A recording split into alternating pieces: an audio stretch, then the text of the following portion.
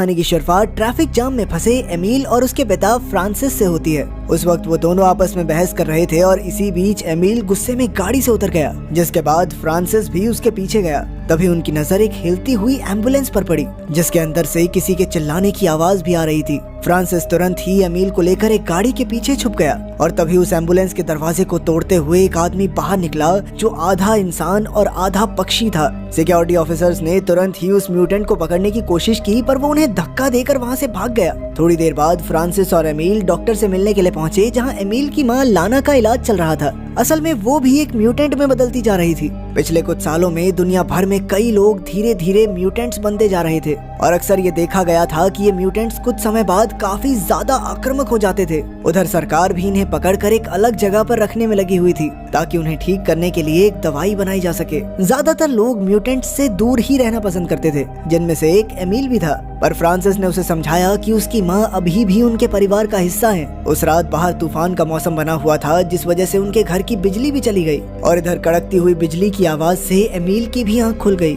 और तभी उसकी नजर एक म्यूटेंट पर पड़ी जो उनके घर के अंदर झांक रहा था। उसी वक्त बिजली वापस आ गई, पर तब तक तो वो म्यूटेंट वहाँ से गायब हो गया था। अगली सुबह उन्हें एक इमरजेंसी फोन आया, जिसके बाद वो लोग तुरंत ही एक जगह पर गए, जहाँ पहुंचकर उन्हें पता चला कि बीती रात आए तूफान की वजह से म्यूटेंट से भरी हुई एक एम्बुलेंस तालाब में गिर गई। उसी वक्त फ्रांसिस की नजर पानी में तैर रही एक म्यूटेंट की लाश पर पड़ी, जिसे देखते ही वो काफी ज्यादा घबरा गया। पर तभी उसे शांत कराते हुए पुलिस ऑफिसर जूलिया ने उसे बताया कि कुछ म्यूटेंट्स एम्बुलेंस से निकलकर जंगल में भाग गए थे और फ्रांसिस की बीवी लाना भी उनमें से एक थी। अगले दिन स्कूल में टीचर ने टग ऑफ वॉर का एक मैच रखा, जिसमें एमिल की सारी टीम तुरंत ही नीचे गिर गई, पर एमिल ने अकेले ही उस रस्सी को पकड़ रखा था और उसकी इसी ताकत की मदद से वो लोग मैच जीत भी गए। सभी लोग उसकी ये ताकत देखकर बहुत ज्यादा इम्प्रेस हो गए और उन्होंने एमिल को एक पार्टी के लिए इनवाइट भी किया, पर एमिल का ध्यान सिर्फ अपने हाथों की तरफ था और वो तुरंत ही अपने घर की ओर भागा, जहाँ वो अपने नाखूनों के अंदर से किसी चीज को निकालने में लग गया और काफी दर्द के बाद आखिरकार उसने अपने नाखूनों के अंदर से छोटे छोटे क्लॉज निकाले, जिसका मतलब था कि वो खुद भी एक म्यूटेंट बनने लग गया था।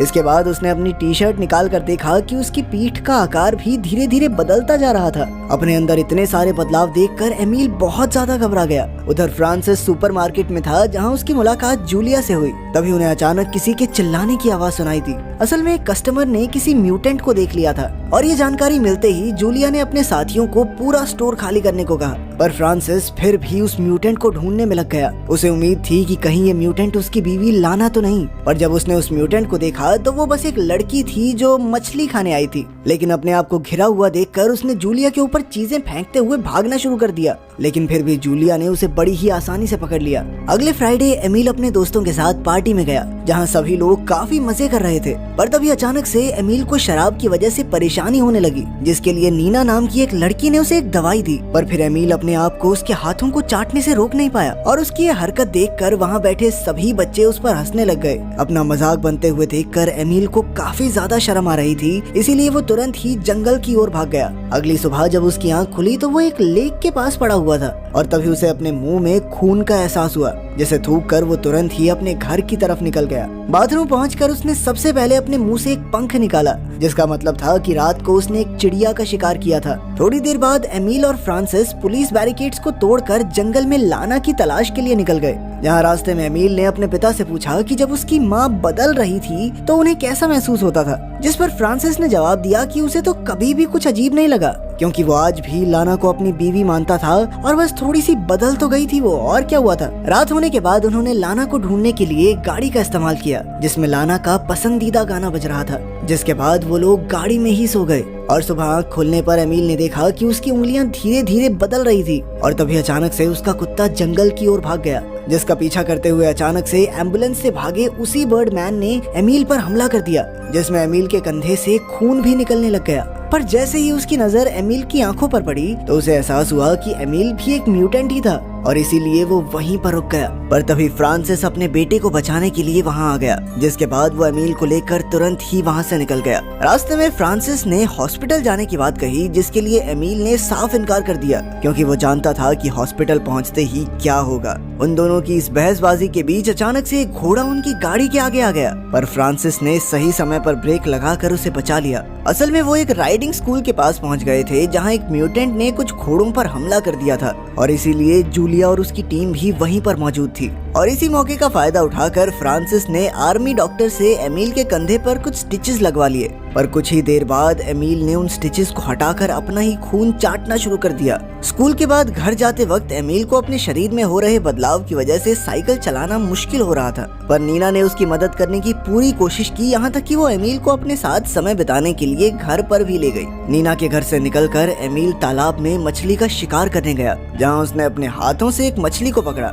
शिकार के बाद वो बर्डमैन की तलाश में लग गया जो उस वक्त उड़ने की कोशिश कर रहा था, और उसके मिलते ही एमिल ने वो मछली उसे खाने के लिए दे दी। जिसके बाद उसे पता चला कि उस बर्डमैन को अपना असली नाम तो याद नहीं था, पर उसने खुद ही अपना नाम फिक्स रख लिया था। उसके शरीर पर लगी चोटों को देखकर एमिल ने हिसाब लगाया कि इसे एक दूसरी जगह पे ले जाना चाहिए जहां वो अपनी उड़ने की प्रैक्टिस अच्छे से कर सके, और इसीलिए वो उसे तालाब के पास ले गया जहां सभी टहनियों को हटाने के बाद फिक्स वहां प्रैक्टिस करने के लिए तैयार हो गया। उसी शाम वापस घर जाते वक्त उसे साइकिल चलाने में काफी दिक्कत आ रही थी, और इसीलिए उसने साइकिल को वहीं पर छोड़ने का फैसला किया। जिसके बाद उसने अपने पिता को साइकिल के चोरी हो जाने की झूठी कहानी सुना दी। अगले दिन बार में काम करते वक्त अचानक से एक म्यूटेंट ने फ्रांसिस पर हमला कर दिया, पर तभी उसने देखा कि वो म्यूटेंट चेन से बंधा हुआ था, इसीलिए वो उसे शांत करने लग गया। तभी अचानक उसे एक और म्यूटेंट के भागने की आवाज सुनाई दी, जिसके बाद फ्रांसिस की एक साथी ने आकर उस म्यूटेंट को शांत करने की कोशिश की। असल में वो म्यूटेंट उसी लड़की का रिश्तेदार था जिसे वो पुलिस से छुपा रही थी, पर वो म्यूटेंट चेन तोड़कर वहाँ से भाग गया, और उसे देखकर बार में मौजूद सभी लोगों में अफरा तफरी मच गई। फ्रांसिस को लग रहा था कि वो दूसरा म्यूटेंट कोई और नहीं बल्कि लाना ही थी, और इसीलिए वो उसका पीछा करते हुए जंगल की ओर भागा,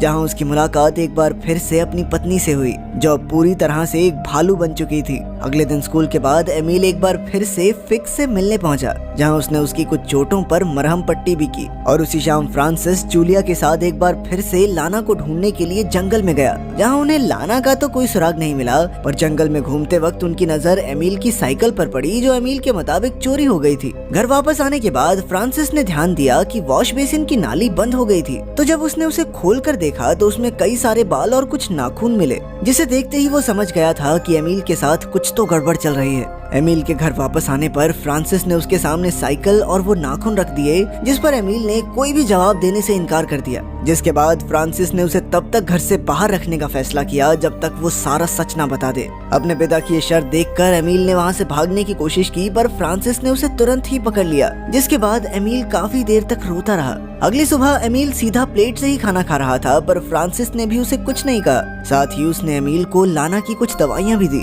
जिन्हें वो अपनी क्लास के दौरान इस्तेमाल कर सकता था। एमिल के शरीर की जांच करने के बाद उसने एमिल को हर रोज अपने नाखून काटने को कहा, और साथ ही स्कूल जाते वक्त अपने कानों में रुई भरने को कहा, ताकि उसे दूर की आवाजें थोड़ी धीरे सुनाई दें। अगले दिन जब एमिल फिक्स से मिलने गया तो उसे पता चला कि अब फिक्स सिर्फ चिड़िया की ही आवाज निकाल सकता था, और वो अपनी बोलने की ताकत खो बैठा था। अपने दोस्त की ये हालत देखकर एमिल ने उसे गले लगा लिया, जिसके बाद फिक्स ने उसे उड़कर भी दिखाया। फिक्स से मिलने के बाद एमिल सीधा मेले में चला गया, जहाँ फ्रांसिस को भी काम कर रहा था, और एमिल को वहाँ देखकर वो बहुत ज्यादा गुस्सा हो गया, क्योंकि उसने एमिल को सबसे छुपकर रहने को कहा था, और इसी वजह से उन दोनों के बीच बहस शुरू हो गई, जो जल्द ही हाथापाई में बदल गई, जिसमें एमिल ने अपने पिता के कंधे पर काट लिया। वहाँ से गुस्से में निकलने के बाद उसकी मुलाकात नीना से हुई, जिसने उसे खेतों में एक वॉक पर चलने का सुझाव दिया, और उसकी बात मानते हुए वो उसके साथ वॉक करने के लिए तैयार हो गया। इस दौरान वो एक दूसरे के काफी करीब आ गए, पर जैसे ही एमिल ने अपनी टी शर्ट उतारी तो नीना की नजर उसके बदलते हुए शरीर पर पड़ी, पर नीना घबराई नहीं, क्योंकि उसके हिसाब से तो वो इस बारे में पहले से जानती थी। वापस आने के बाद जब एमिल बाथरूम में गया तो एक लड़के ने उसे घेर लिया। वो लड़का बताने लगा कि उसने एमिल को नीना के साथ खेतों में देख लिया था, जिसके बाद उसने एक खास डिवाइस से आवाज निकालना शुरू किया। ये आवाज एक ऐसी फ्रीक्वेंसी की थी जो सिर्फ जानवरों को सुनती थी, और उस आवाज से एमिल को बहुत ज्यादा परेशानी हो रही थी, और इसीलिए वो उस लड़के को धक्का मारकर वहाँ से भाग गया। लेकिन इसी बीच उस लड़के के मुंह पर खरोंच आ गई, जिसके बाद उसने सभी को एमिल के म्यूटेंट होने के बारे में बता दिया, और ये खबर फैलते ही लोग अपने हथियार लेकर एमिल को ढूंढने में लग गए, जो उस वक्त डर के मारे खेतों में छुपा हुआ था। पर तभी एक कुत्ते ने उसे देख लिया, और जैसे ही एमिल ने उसे भगाया तो लोगों ने उस कुत्ते की तरफ गोलियां चला दी। पर जैसे ही वो लोग एमिल की तरफ गोली चलाने वाले थे, तभी फिक्स ने वहां आकर एक आदमी को उठाकर अपने पंजों से मार दिया, जिसके बाद वो जंगल की तरफ उड़ने लग गया ताकि एमिल भी उसके पीछे आ सके। पर तभी कुछ पुलिस की गाड़ियों ने भी उनका पीछा करना शुरू कर दिया, जिन्हें रोकने के लिए एमिल ने तालाब को पार करने का फैसला किया। पर फिर पुलिस वालों ने हवा में उड़ रहे फिक्स की तरफ गोलियां चला दी,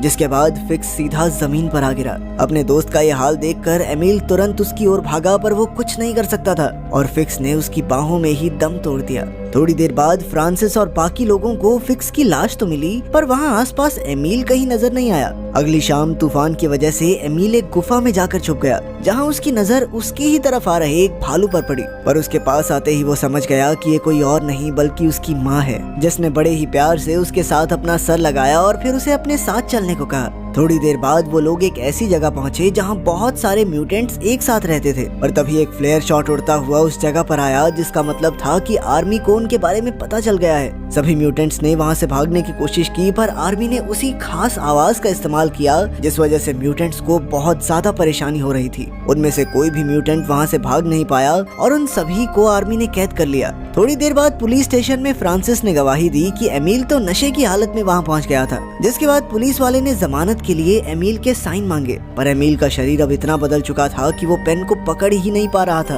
उसने गलती से कागज को ही पकड़ लिया और फिर जैसे ही पुलिस वाले ने उसे दूसरा कागज दिया तो एमिल उस पर ही गुर्राने लग गया, जिस वजह से फ्रांसिस के पास उसे धक्का मारकर बेहोश करने के अलावा और कोई चारा नहीं था। पुलिस वाले के बेहोश होते ही फ्रांसिस ने खुद उस पेपर को साइन किया, जिसके बाद वो एमिल को वहाँ से लेकर निकल गया। पर थोड़ी ही देर में बहुत सारे पुलिस वालों ने उनका पीछा करना शुरू कर दिया, लेकिन फ्रांसिस ने एमिल को वादा किया कि वो किसी भी हाल में उसे कैद में नहीं रहने देगा। जिसके बाद फ्रांसिस पूरी रफ्तार से गाड़ी जंगल की तरफ ले गया, जहां उसने एमिल को आजाद कर दिया। अगर वीडियो पसंद आई तो लाइक कर देना, चैनल को सब्सक्राइब कर देना। मिलते हैं अगली वीडियो में।